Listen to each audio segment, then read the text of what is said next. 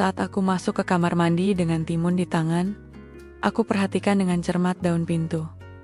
Biasanya selalu tertutup rapat, tapi hari ini aku tinggalkan celah kecil, sangat kecil. Sengaja. Aku tahu apa yang kulakukan. Aku tahu aku sedang mengundang rasa ingin tahu yang sudah terlalu lama mendidih di balik formalitas seorang majikan di dalam kamar mandi. Aku menyalakan air, uap pelan-pelan memenuhi kaca. Aku duduk di lantai, membuka bungkusan kain kecil yang aku bawa dari kamar. Di dalamnya, sebotol minyak zaitun. Lalu, aku sedikit mengeluarkan suara kecil. Pelan tapi berat seolah aku melepaskan sesuatu yang selama ini terpendam. Halo Sobat Romansa Tante Ayu, bagaimana kabar kalian? Semoga semuanya diberikan kesehatan dan rezeki yang berlimpah ya. Absen dulu dong di komentar. Dari mana saja nih para sahabat-sahabatku? Jangan lupa klik tombol subscribe ya. Nanti aku ceritakan lagi nih kisah-kisahku yang lebih seru. Kalau sudah siap, yuk dengerin cerita ini sampai habis. Namaku Ayu. Usia sudah kepala 4. Tapi banyak orang bilang wajahku belum berubah sejak umur 20-an. Entahlah, mungkin karena aku rajin merawat diri, bekerja sebagai pembantu rumah tangga, sudah jadi bagian dari hidupku sejak remaja. Tapi rumah yang ini, rumah milik keluarga Pak Arman dan Budiah. Entah kenapa, dari pertama kali melangkahkan kaki ke dalamnya, aku merasa lain. Ada hawa yang tak biasa, bukan menyeramkan, tapi seperti ada yang terus memperhatikan setiap gerak-gerikku. Aku mulai bekerja di rumah ini 2 bulan lalu. Rumah besar di daerah Cipete, halaman luas. Ada taman kecil dengan air mancur di tengah, dan jendela-jendela besar yang selalu terbuka, seperti mengundang angin dan rahasia masuk ke dalamnya. Pak Arman adalah seorang arsitek terkenal, jarang di rumah, tapi kalau pulang, matanya tajam sekali, seolah menilai bukan hanya struktur bangunan, tapi juga manusia. Budiah, istrinya, lebih sering di rumah, orangnya ramah, tapi penuh aturan. Segalanya harus rapi, bahkan lipatan kain lap pun harus sejajar dengan pinggir meja dapur. Aku tinggal di kamar belakang, dekat dapur. Kamar kecil, tapi bersih. Di lemari plastik, hanya ada seragam kerjaku, blus putih berkancing dan rok hitam selutut. Tapi hari-hari tertentu, aku pakai baju lain. Seperti hari itu hari pertama, aku merasa benar-benar diperhatikan. Aku ingat, betul. Aku memakai blus motif bunga-bunga hijau dan celana kulot longgar warna coklat susu. Aku memang suka warna-warna alami. Seyak di matahari itu, aku bangun jam 5 pagi. Seperti biasa, aku langsung menyapu teras, menyiapkan teh hangat untuk Budiah, dan mengecek stok sayur di kulkas. Saat membuka kulkas, mataku tertumbuk pada tumpukan timun yang aku beli sendiri. 4 buah, panjang-panjang, hijau segar. Aku tersenyum kecil. Masih utuh semua, gumamku. Setelah sarapan selesai disajikan dan rumah rapi, barulah aku masuk kamar mandi. Kebiasaan pagiku, mandi dengan tenang, tanpa suara, dan tentu saja membawa 1 timun bersamaku. Selalu begitu. Tapi hari itu, saat aku keluar dari kamar mandi, aku merasa ada yang aneh. Pak Arman berdiri di ujung lorong, pura-pura membaca koran. Tapi saat mataku dan matanya bertemu, dia seperti terkejut. Pandangannya cepat-cepat ia alihkan. Aku cuma menunduk dan berlalu, tapi jantungku berdebar. Bukan karena takut, tapi karena aku tahu sesuatu telah dimulai. Hari-hari berikutnya aku mulai memperhatikan. Setiap kali aku ke kamar mandi dengan timun di tangan, ada yang berubah di rumah itu. Pak Arman mulai sering muncul di jam-jam yang tak biasa. Kadang pura-pura memeriksa keran air di taman. Kadang, hanya berdiri di balkon lantai 2, mengamati ke bawah. Tapi aku tidak bodoh. Aku tahu gerak-gerik manusia, termasuk gerak-gerik mata yang dayam-dayum, menyimpan tanya. Tapi Pak, aku akan biarkan mereka penasaran, karena rumah ini belum siap mendengar cerita sebenarnya dari seorang pembantu bernama Ayu. Dan cerita ini baru saja dimulai. Pagi-pagi sekali aku sudah di dapur. Aroma bawang putih dan minyak goreng bercampur, menari di udara. Tangan ini sudah terbiasa menyiapkan sarapan dalam diam. Telur dadar untuk Budiah, roti panggang untuk Pak Arman. Sesekali aku mengintip ke taman belakang dari jendela kecil dekat kompor. Daun-daun timun di pot gantungku sudah mulai rimbun. Satu, aku petik. Buahnya diam-diam. Tak ada yang tahu aku menanam sendiri di pojok kebun kecil belakang dapur. Hari itu aku mengenakan seragam biasa. Blus putih, rok hitam selutut. Rambutku dikuncir rapi. Tapi yang membuatku tak biasa adalah perasaan yang terus menggelitik sejak kemarin. Perasaan diawasi. Sekitar jam 8 pagi, saat sedang menjemur handuk di belakang, aku merasakan sesuatu. Perlahan aku menoleh ke atas.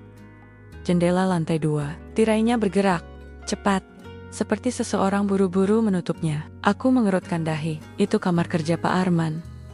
Apa yang dia cari dari seorang pembantu seperti aku? Saat aku masuk ke dalam rumah, Budiah sedang duduk di sofa, membaca majalah dekorasi. Ia melirikku sekilas lalu berkata tanpa menatap. Ayu, jangan terlalu sering masuk kamar mandi lama-lama. Ya, air jadi cepat habis. Aku tersenyum sopan. Iya bu, maaf kalau kedengarannya lama. Saya biasa luluran bu. It's a banner. Tapi tak sepenuhnya. Beberapa jam kemudian, aku kembali ke kamar untuk membereskan pakaian bersih. Saat membuka lemari, aku melihat ada sesuatu yang aneh. Satu buah timun yang tadi aku letakkan di atas handuk kecilku hilang. Mataku menajam. Tidak, mungkin aku lupa. Aku hafal betul jumlahnya. 4 buah, kini tinggal 3. Aku melirik pintu. Tertutup, tapi tak terkunci. Aku selalu menguncinya, kecuali hari itu. Saat tergesa menyapu dedaunan yang berjatuhan dari pohon mangga, jantungku berdetak lebih cepat. Siapa yang masuk ke kamarku? Aku keluar kamar, menyusuri koridor, diam-diam. Sepatu kerja Pak Arman terlihat di depan pintu kamar kerjanya. Teratur, menghadap lurus ke depan. Lalu aku mendengar bunyi. Klik, seperti suara laci kecil yang ditutup. Aku kembali ke dapur dengan wajah datar, tapi hati penuh tanya. Sore harinya, saat aku hendak mencuci tangan di wastafel kamar mandi dekat taman, aku melihat sesuatu di tempat sabun. Sepotong kecil kulit timun. Masih segar, ada bekas gigitan di ujungnya. Bukan seperti digigit untuk dimakan, tapi seperti diiris, disentuh, dicoba. Aku mengambil kulit itu perlahan, menatapnya. Diam-diam, aku tersenyum tipis. Ternyata, kamu sudah mulai penasaran ya Pak? Aku sudah hafal suara langkah kaki setiap orang di rumah ini. Langkah Budiah berat, tapi teratur tiap bunyi tumitnya seolah menegaskan otoritasnya. Langkah Pak Arman lebih ringan, tapi licin, seperti bunyi kucing berjalan di atas lantai. Marmer, tak terdengar, tapi terasa. Hari ini aku bersihkan kamar mandi kedua, yang di ujung lorong dekat ruang tamu, jarang dipakai. Tapi aku bersihkan dengan telaten. Seperti biasa, saat aku mengepel lantai, terdengar suara pintu depan terbuka. Biasanya, aku cuek, tapi kali ini langkah itu membuatku berdiri. Pak Arman, pulang lebih awal dari biasanya, jam 2 siang. Padahal biasanya baru muncul setelah maghrib. Dia tak berkata sepatah kata pun, hanya mengangguk kecil saat lewat di depanku, tapi mata itu sempat melirik cepat ke tangan kiriku di tanggan itu. Aku sedang memegang timun.satu, buah, panjang, masih segar. Aku pura-pura tidak sadar. Saya lanjut bersih-bersih Pak, silakan, katanya. Pendek, tapi nadanya bukan sekadar basi-basi. Beberapa menit kemudian, saat aku masuk ke kamar mandi, dengan timun di tangan, aku perhatikan dengan cermat daun pintu. Biasanya selalu tertutup rapat, tapi hari ini, aku tinggalkan celah kecil. Sangat kecil, sengaja. Aku tahu apa yang kulakukan. Aku tahu aku sedang mengundang rasa ingin tahu, yang sudah terlalu lama mendidih, di balik formalitas seorang majikan, di dalam kamar mandi. Aku menyalakan air, uap pelan-pelan, memenuhi kaca. Aku duduk di lantai, membuka bungkusan kain kecil yang aku bawa dari kamar. Di dalamnya, sebotol minyak zaitun dan parutan kecil. Lalu, aku mulai mengupas setengah dari timun itu. Aku tidak menciptakan ritual. Aku hanya menjalankan rutinitas yang sudah kulakukan sejak remaja. memarut timun, mencampurnya dengan minyak, dan menggosokkannya perlahan ke tangan dan wajah. Tapi entah kenapa, hari ini terasa berbeda.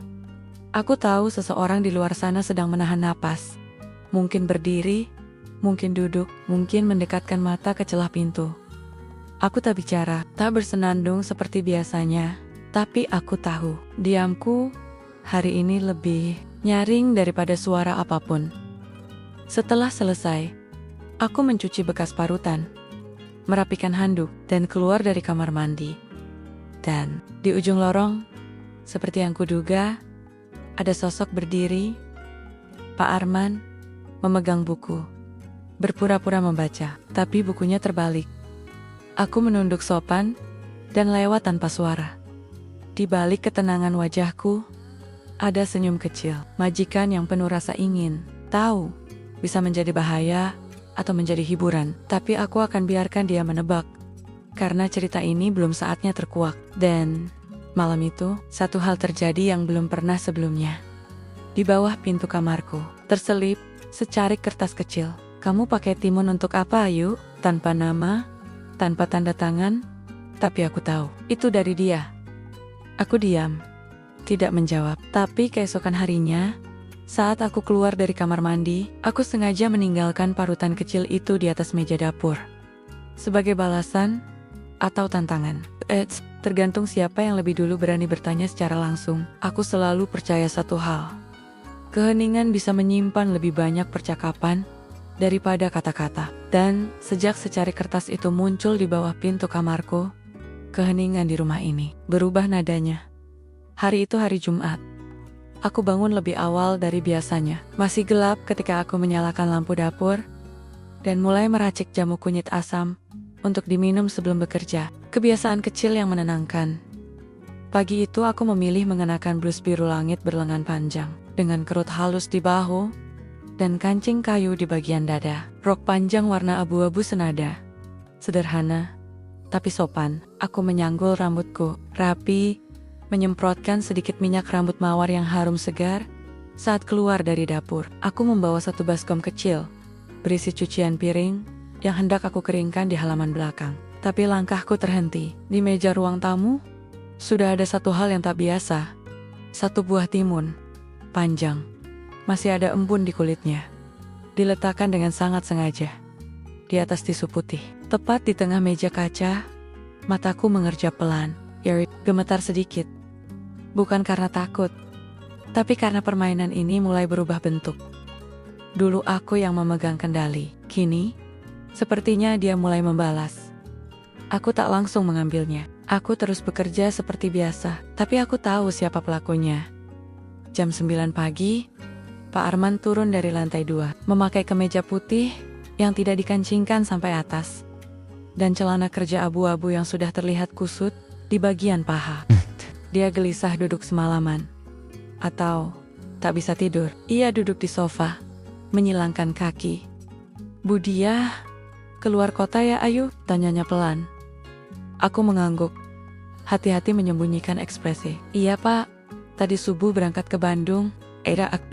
Dia mengangguk pelan, lalu menunjuk timun di meja. Itu, kamu yang taruh? Aku balas menatapnya. Jujur, diam. Bukan Pak, kataku dengan nada lembut. Tapi sepertinya, Timun memang sedang banyak bicara belakangan ini. Dia kecil, tertawa yang tidak sepenuhnya ringan. Aku melanjutkan pekerjaanku. Tapi hari itu, suasana rumah berubah. Pak Arman tidak ke kantor. Ia hanya mondar-mandir. Kadang duduk di ruang kerja, kadang berdiri di balkon, kadang berpura-pura mengecek lemari piring.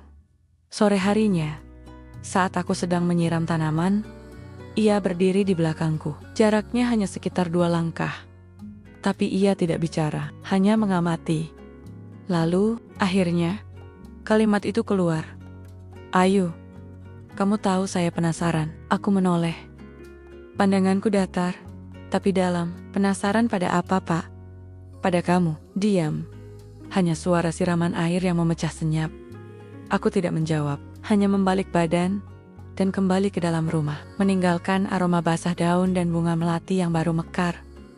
Dan malam itu, Sebelum tidur, aku menulis satu kalimat di secari kertas dan menyelipkannya di balik pot ruang tamu. Sengaja aku tahu dia akan melihatnya. Rasa penasaran bisa membakar, tapi hati-hati bisa juga meleleh bersama kebenaran. Tiap pagi, aku menatap wajahku di cermin kecil dekat lorong dapur. Cermin itu bukan milik siapa-siapa, hanya aku yang sering memperhatikannya. Dan hari ini, saat melihat bayanganku di situ, aku merasa seolah ada dua Ayu. Satu yang kukenal sejak kecil, dan satu lagi yang diam-diam berubah sejak aku tinggal di rumah ini. Aku mulai bertanya, siapa sebenarnya aku sekarang? Setiap detik, langkah Pak Arman semakin mendekat. Bukan secara fisik saja, tapi secara batin. Aku bisa merasakannya. Dalam cara dia menyebut namaku. Dalam cara matanya main kari-kari bayanganku di sudut-sudut rumah. Tapi yang lebih mengganggu adalah cara hatiku mulai bereaksi, mulai tak tenang. Hari itu aku mengenakan baju favoritku blus hijau tua, dari kain rayon yang jatuh lembut di tubuh. Dengan kancing bundar coklat tua, rok panjang, warna krem, dan sandal rumah beludru biru tua. Aku ingin tampil biasa, tapi justru terasa terlalu rapi. Jam 10 pagi, aku membersihkan ruang kerja Pak Arman. Biasanya aku masuk hanya saat dia pergi tepi hari itu. Dia duduk di sana, menatap layar laptop, seolah sibuk. Tapi aku tahu, itu hanya pura-pura. Ayu, katanya tanpa menoleh, kamu selalu harum. Pakai sabun apa sih? Aku berhenti menyapu.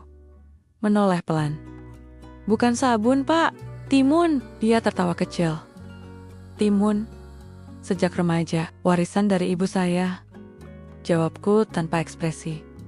Saya percaya, kulit itu bisa jujur. Kalau dirawat dengan jujur, juga. Iya, tagmannya Wab. Tapi aku tahu kalimatku membuatnya diam lebih lama dari biasanya. Saat aku beranjak keluar dari ruangannya, dia tiba-tiba berdiri. Ayu, katanya lagi, suaranya lebih pelan.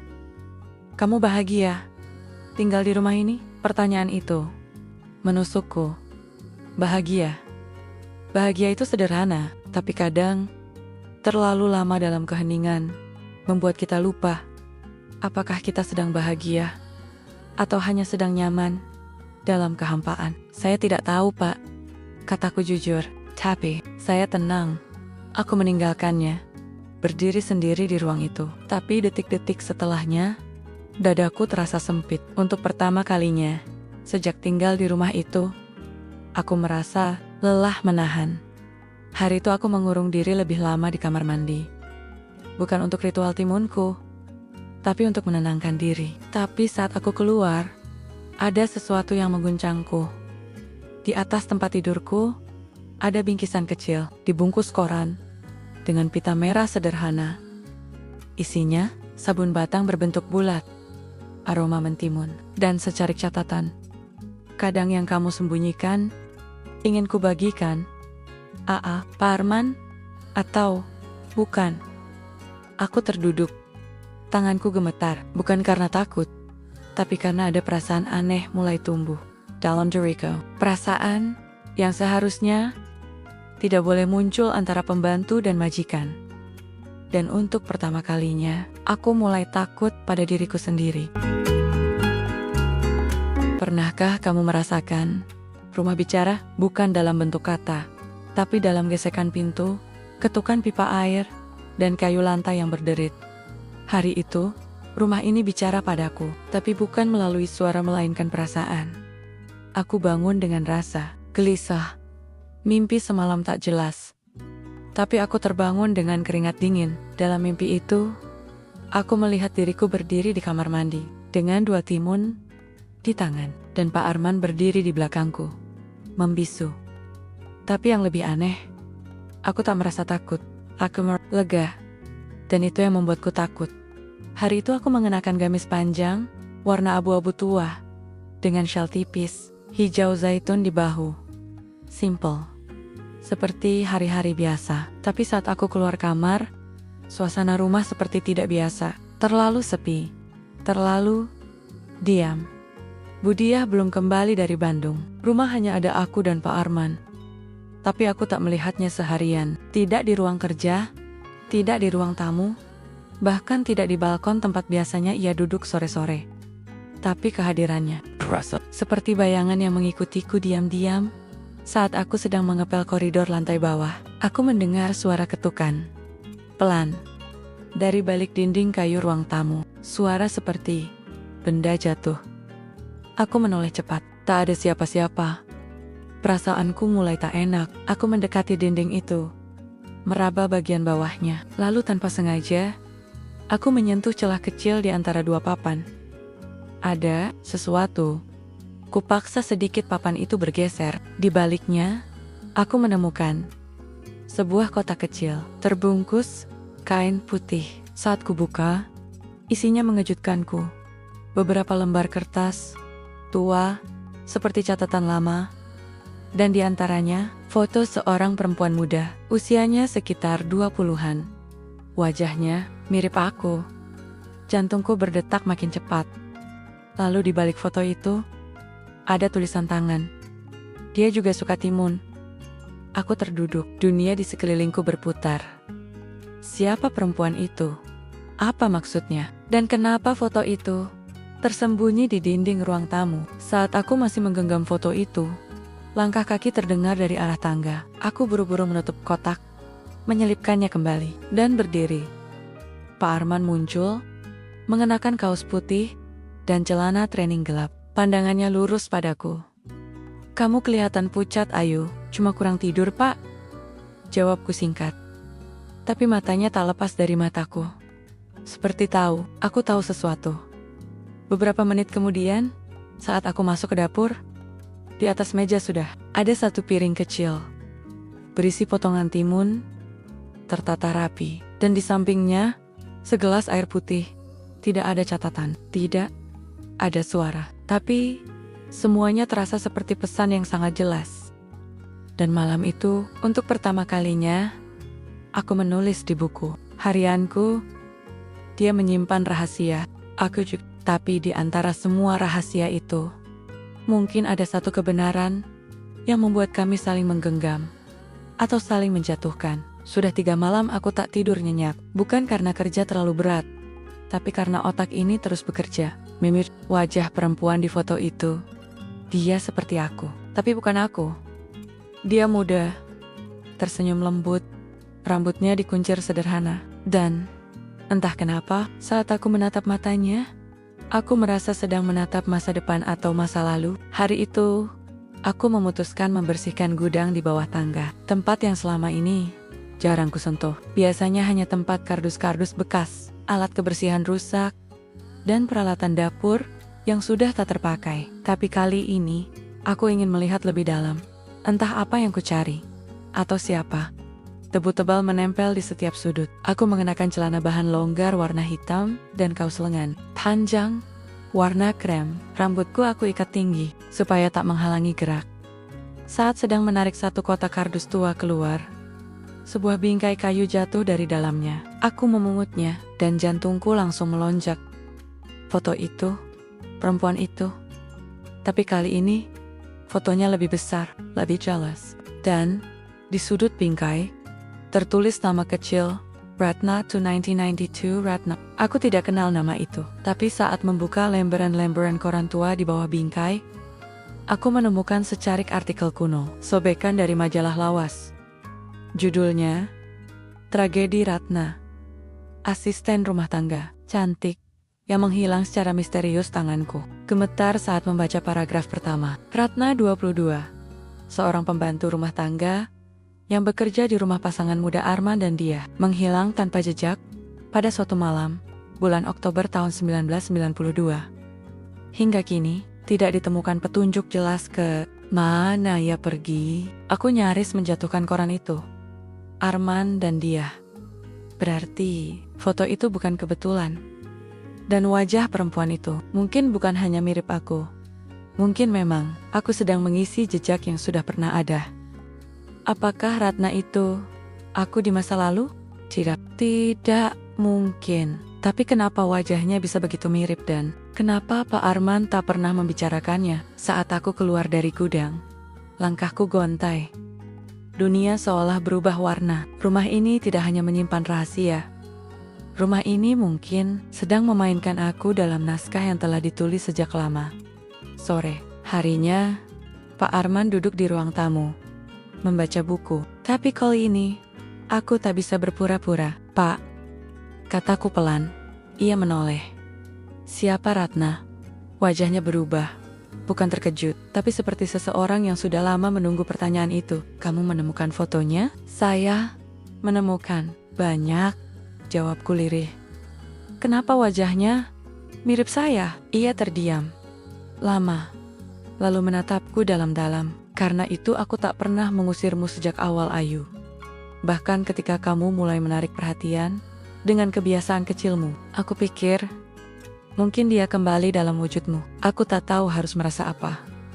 Marah, takut, atau kasihan. Saya bukan dia, Pak, kataku. Tapi kalau saya terus di sini, saya takut perlahan-lahan saya akan menjadi dia. Aku pergi sebelum ia menjawab. Tapi kata-katanya tertinggal di udara. Dan malam itu, saat aku masuk kamar mandi, aku tinggalkan timunku di luar. Untuk pertama kalinya, hari itu aku berdiri lama di depan pintu gerbang. Gemboknya sudah kulepas. Kense sudah di tangan. Tapi kakiku tidak bergerak, seolah tubuhku ingin pergi. Tapi hatiku sedang duduk di ruang tamu, menatap wajah Pak Arman yang tak lagi bisa kubaca. Sejak percakapan tentang Ratna, suasana rumah berubah. Tak ada lagi saling tatap, tak ada lagi potongan timun di atas meja, tapi diam itu justru lebih keras dari suara.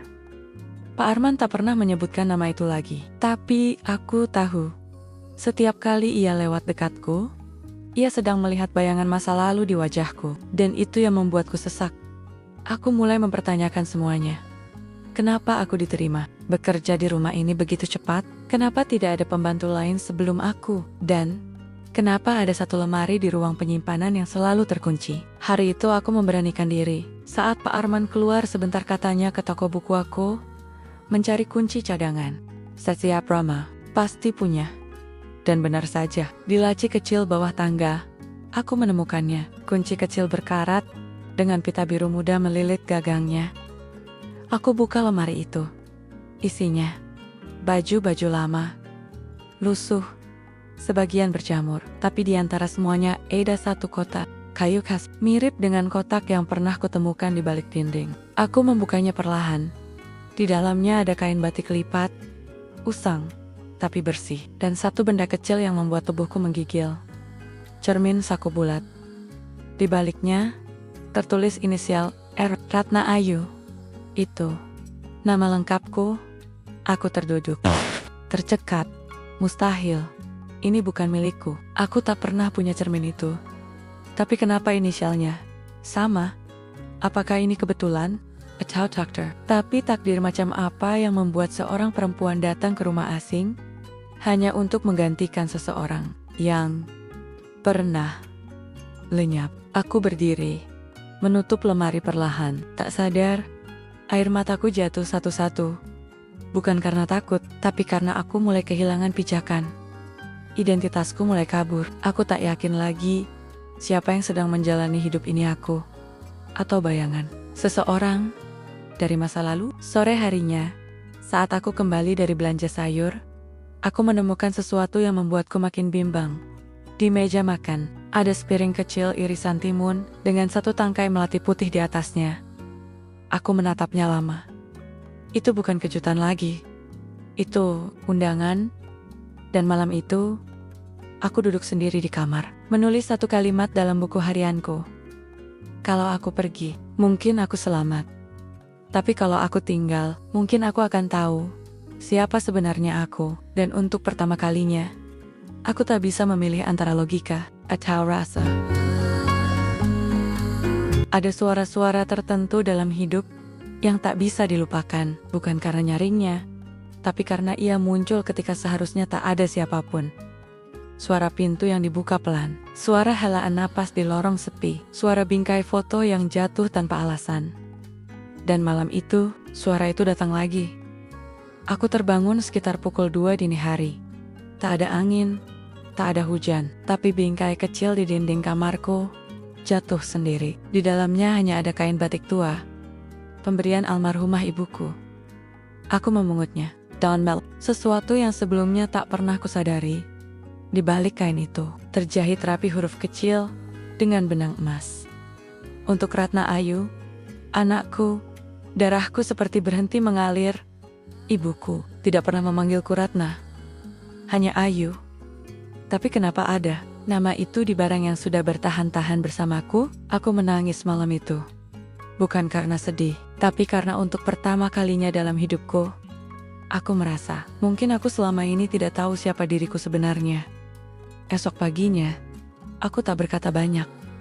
Aku hanya bekerja seperti biasa, membersih taman, memasak sarapan, menyapu koridor panjang yang sunyi. Tapi dalam pikiranku, satu pertanyaan terus menggema. Apakah mungkin aku adalah dia? Siangnya, saat sedang melipat cucian, Pak Arman memanggilku. Nada suaranya lembut, bahkan lebih lembut dari biasanya. Ayu, kamu masih ingin tahu tentang Ratna? Aku hanya mengangguk, tak ada tenaga untuk menyangkal. Dia berjalan ke ruang kerja. Aku mengikutinya. Di sana, ia membuka laci kecil yang selalu terkunci, mengeluarkan satu album foto tua. Dia bekerja di sini selama 2 tahun.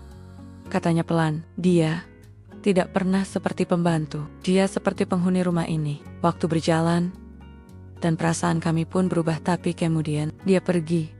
Tanpa jejak, tanpa kata. Seolah menghilang. Lalu kenapa?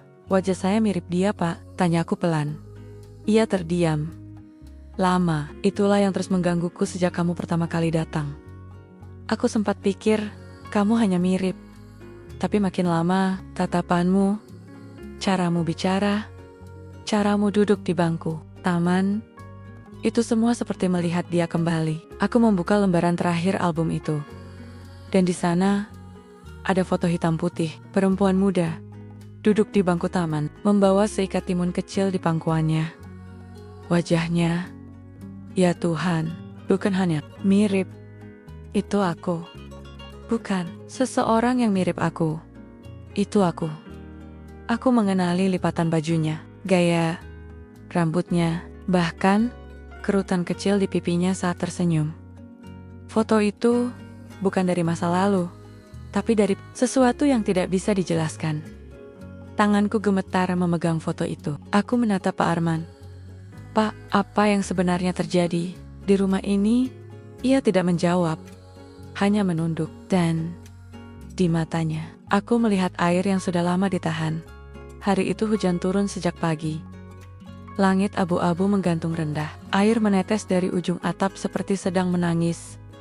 Atau rumah ini terasa lebih sunyi dari biasanya. Tapi bukan sunyi yang damai, melainkan sunyi yang menahan sesuatu di dalam dada. Aku berdiri lama di depan cermin kecil dekat dapur. Cermin yang dulu hanya kugunakan untuk memastikan rambutku rapi, kini menjadi saksi wajah yang mulai tak bisa kupahami. Aku bicara pelan. Siapa kamu sebenarnya? Wajah itu membalas tatapanku, tapi tak menjawab. Hari ini aku tak mengenakan seragam kerja. Aku memilih blus putih polos dengan lengan 3/4 dan rok coklat tua yang ringan. Pakaian yang dulu sering kupakai saat masih gadis di kampung. Tapi entah kenapa, saat memakainya, aku merasa lebih tua. Bukan karena usia, tapi karena beban yang mulai tinggal di bahuku. Setelah sarapan, aku mendekati Pak Arman yang duduk di ruang kerja. Aku berdiri diam di ambang pintu. Dan dia langsung tahu pembicaraan hari ini bukan lagi tentang Ratna, tapi tentang aku, tentang kami. Saya ingin pergi, Pak, kataku pelan. Bukan karena saya takut, tapi karena saya tak yakin. Saya masih Ayu, yang datang ke rumah ini 2 bulan lalu. Dia memejamkan mata. Kalau kamu pergi, aku tak akan menghentikanmu, katanya. Tapi sebelum kamu pergi, izinkan aku mengucapkan satu hal. Aku menunggu. Aku tidak mencintai Ratna.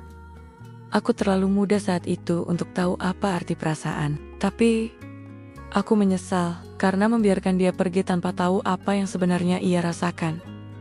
Dan sejak kamu datang, aku mulai merasa diberi kesempatan kedua, tapi ternyata yang aku temukan bukan Ratna. Yang aku temukan adalah Ayu. dan Ayu. Bukan dia. Ayu adalah Ayu. Air mata menetes dari mataku. Satu-satu. Tak bisa kutahan. Tapi wajahku, kebiasaanku, semua terlalu mirip, Pak. Saya takut saya hanya mengisi ruang kosong yang belum selesai. Saya bukan pelengkap. Saya bukan bayangan. Ia berdiri, menatapku.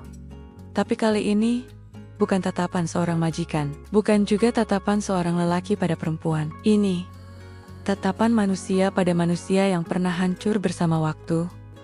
Kamu bukan dia. Tapi mungkin, kamu satu-satunya orang yang bisa membuat cerita ini berakhir dengan benar. Aku tidak menjawab. Aku hanya pergi ke kamar, membereskan baju, mengemas satu tas kecil. Tapi sebelum menutup koper, aku menyentuh satu barang terakhir. Cermin saku. Dengan inisial R, kupandangi pantulanku di dalamnya. Lama. Mungkin. Dia pernah ada dalam diriku. Tapi aku masih bisa memilih jadi siapa hari ini. Malam itu, aku berdiri di depan pintu gerbang lagi. Hujan sudah reda. Langit masih kelabu. Pak Arman berdiri di teras. Diam, tidak memanggil. Tidak menahan. Hanya menatapku. Dan aku, untuk pertama kalinya, melangkah. Tapi satu langkah sebelum melewati gerbang, aku berhenti. Aku kembali ke dalam rumah. Bukan karena aku berubah pikiran, tapi karena aku lupa satu hal penting. Di atas meja kamar mandi, masih ada satu timun. Aku tertawa pelan, sambil menangis. Kebiasaan ini belum selesai, rupanya. Dan saat aku memegang timun itu, aku sadar. Ini belum selesai, tapi aku sudah tahu. Aku yang akan menyelesaikannya. Bukan Ratna, bukan Arman, tapi aku, Ayu. 3 hari setelah aku hampir pergi dari rumah itu, aku memutuskan untuk tinggal. Bukan karena tak punya tempat lain, tapi karena aku sadar, aku belum selesai. Bukan hanya dengan rumah ini, tapi dengan diriku sendiri. Hari itu aku membuka kembali semua catatan harian yang kutulis sejak pertama kali masuk ke rumah ini. Halaman-halaman penuh nama, deskripsi wajah, gerak mata, aroma timun, dan ketakutan-ketakutan kecil yang perlahan membesar. Di tengah semua itu, aku menyadari satu hal. Aku tak pernah mencari Ratna. Aku sedang mencari Ayu. Selama ini, aku membiarkan rasa curiga tumbuh, hingga aku mulai mempercayai bahwa aku adalah bayangan orang lain.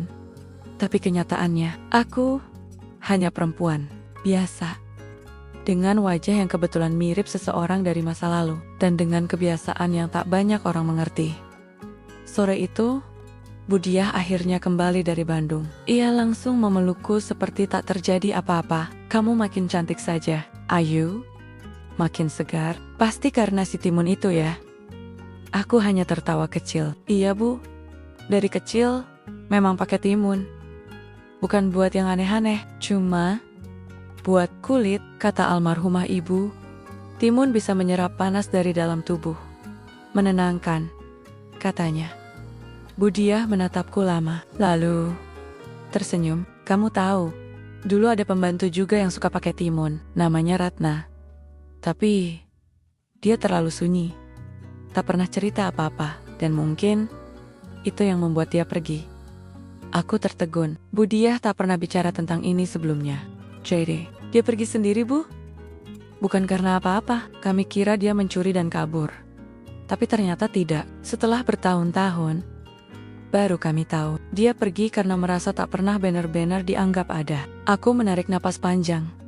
Bukan karena lega, tapi karena semuanya akhirnya menyatu. Bukan cerita misteri, bukan hantu masa lalu.